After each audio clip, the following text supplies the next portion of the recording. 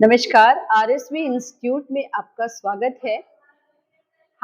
आज की क्लास में हम ईओ उत्तराखंड ईओ सिलेबस को डिस्कस करेंगे और थोड़ा सा जनरल स्टडीज को लेके आज हम स्टार्ट करेंगे।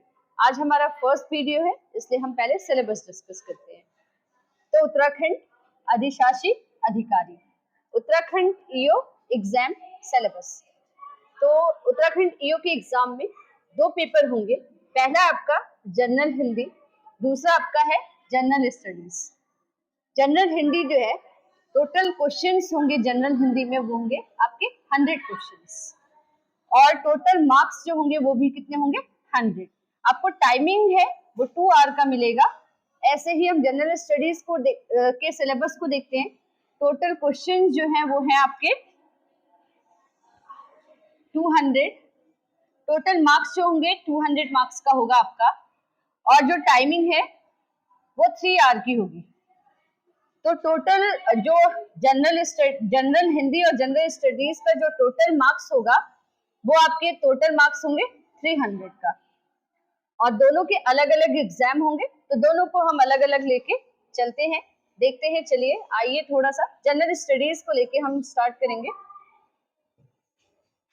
तो फर्स्ट टॉपिक इज हमारा है जनरल स्टडीज में साइंस का। साइंस में भी सबसे ज्यादा जो क्वेश्चंस पूछे जाते हैं वो बायोलॉजी के पूछे जाते हैं। तो हम स्टार्ट करेंगे बायोलॉजी से, ठीक है। बायोलॉजी यानी कि इसको हम कहते हैं जीव विज्ञान, हिंदी में बोलेंगे जीव विज्ञान।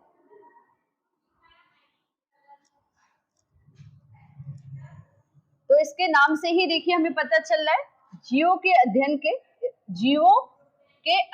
को या जीवधारियों के अध्ययन को बायोलॉजी या जीव विज्ञान कहते हैं। जीवधारियों के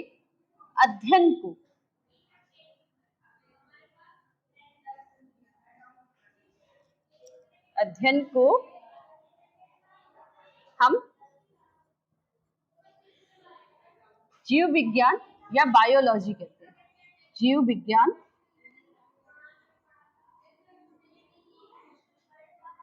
या बायोलॉजी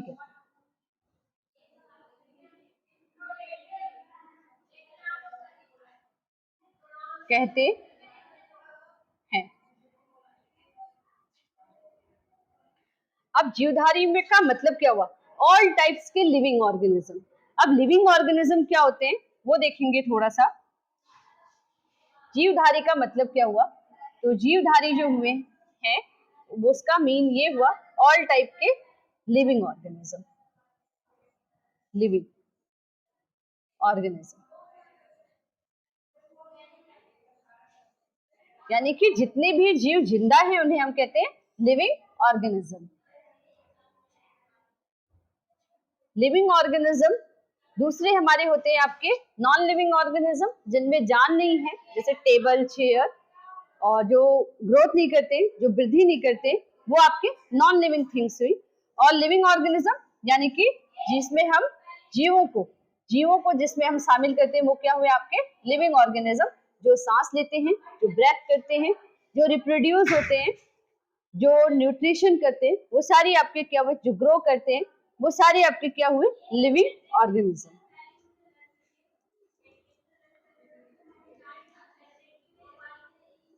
अब बायोलॉजी को भी हम दो पार्ट्स में डिवाइड करते हैं। पहला होता है हमारा प्लांट,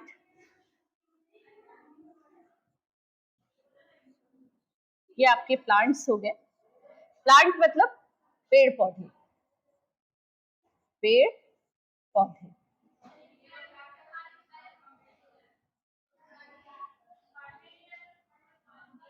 दूसरा हमारा है एनिमल्स।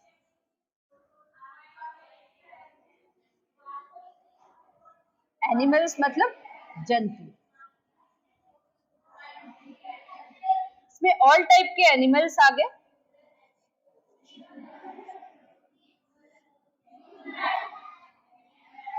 ये आपके क्या हुए जंतु।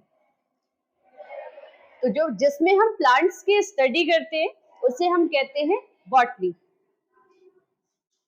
और जिसमें हम एनिमल्स की स्टडी करते हैं उसे हम कहते हैं जूलॉजी। तो हम पहले बायोलॉजी को एक बार डिफाइन कर लें। बायोलॉजी सबको समझ में आया? बायोलॉजी का मतलब क्या हुआ? जिसमें हम जीवों का अध्ययन करते हैं, जीवधारियों का अध्ययन करते हैं, चाहे वो एनिमल हो या प्लांट्स हो, दोनों की स्टडी जिसमें हम करते हैं उसे हम क्या कहते हैं? बायोलॉजी। बायोलॉजी दो शब्दों से मिलकर बना है। बायोलॉजी दो शब्दों से मिलकर बना है। पहला आपका बायोस और दूसरा आपका लोगस। पहला आपका है बायोस और दूसरा आपका है लोगस। बायोस का मतलब होता है जीवन। बायोस का मतलब क्या हुआ? जीवन। और लोगस का मतलब हुआ स्टडी।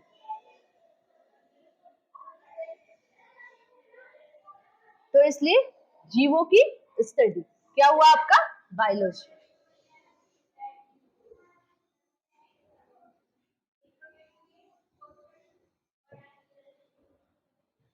इसके बाद आते हैं हम बायोलॉजी में। हमने बोला कि पहला होता है प्लांट, तो जिसमें हम प्लांट की स्टडी करते हैं, study of plants, study of plants, study of plants, study of plants, जिसमें हम प्लांट्स की स्टडी करते हैं उसे हम नोन करते हैं बॉटनी से। उसको हम जानते हैं बॉटनी, यानी कि पादप विज्ञान।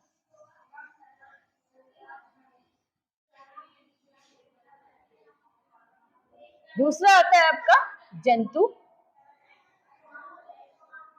जिसको आप नोन करते हैं जूलॉजी। सॉरी,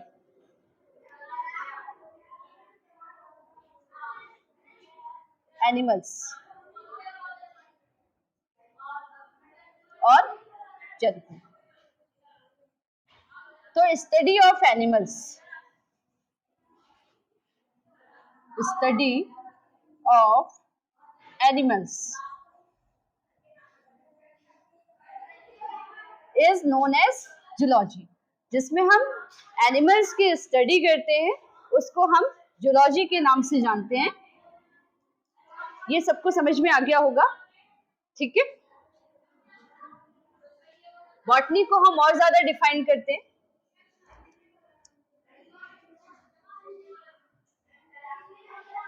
तो बॉटनी जो शब्द है वो ग्रीक वर्ड से लिया गया है।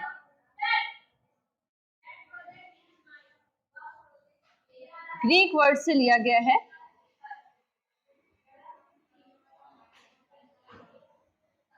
और बॉटनी का जो मीन होता है बायोस, बॉटनी का शब्द से लिया गया है जिसका मीन होता है चरना।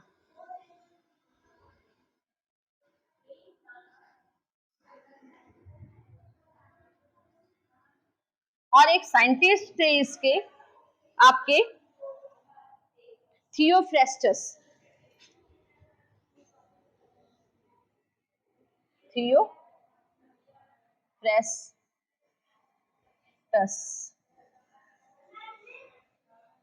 थियोफ्रेस्टस ने सबसे पहले इसे पादप विज्ञान नाम दिया और इसीलिए उन्हें फादर ऑफ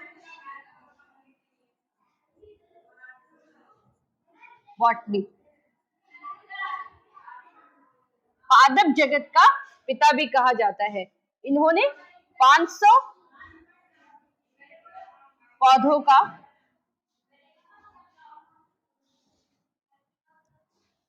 500 प्लांट्स का इन्होंने एक बुक लिखी थी, प्लांटेरिया हिस्टोरिका। प्लांटेरिया हिस्टोरिका में इन्होंने 500 पौधों का वर्णन किया है, जिसमें उन्होंने उनके ग्रोथ को और उनकी अलग अलग पादप्स की वैरायटी को इन्होंने क्या किया? डिफाइन किया है। इसलिए इन्हें फादर ऑफ बॉटनी या पादप जगत का पिता भी कहा जाता है, या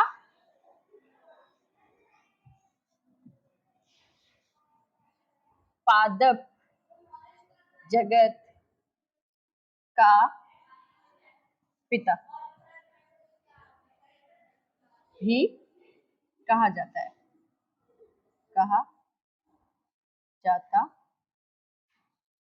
है। इतना आ गया सभी को समझ में? देख लीजिए थोड़ा सा।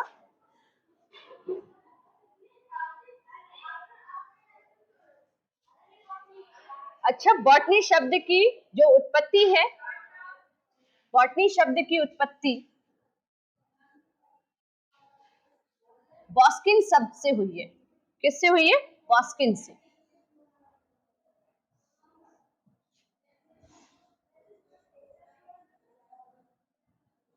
बॉस्किन का मीन्स होता है चरना।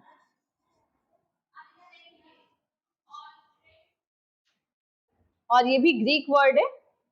देख लीजिए, इतना समझ में आ गया होगा, स्क्रीनशॉट ले लीजिए। नेक्स्ट टॉपिक की ओर हम आगे बढ़ते हैं।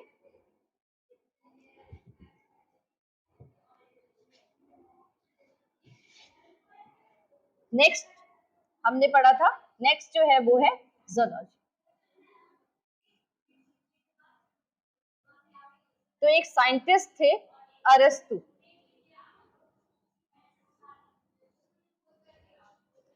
अरस्तु ने जूलॉजी शब्द का पहली बार वर्णन किया। इन्होंने एक बुक लिखी जिसमें 500 जंतुओं का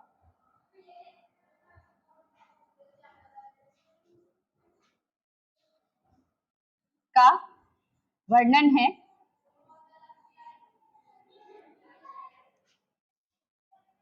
इसलिए अरस्तु को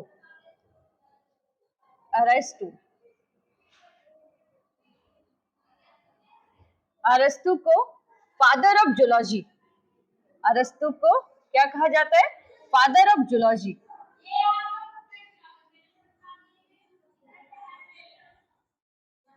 फादर ऑफ जूलॉजी यानी कि जंतु जगत का पिता, जंतु जगत का पिता भी कहा जाता है।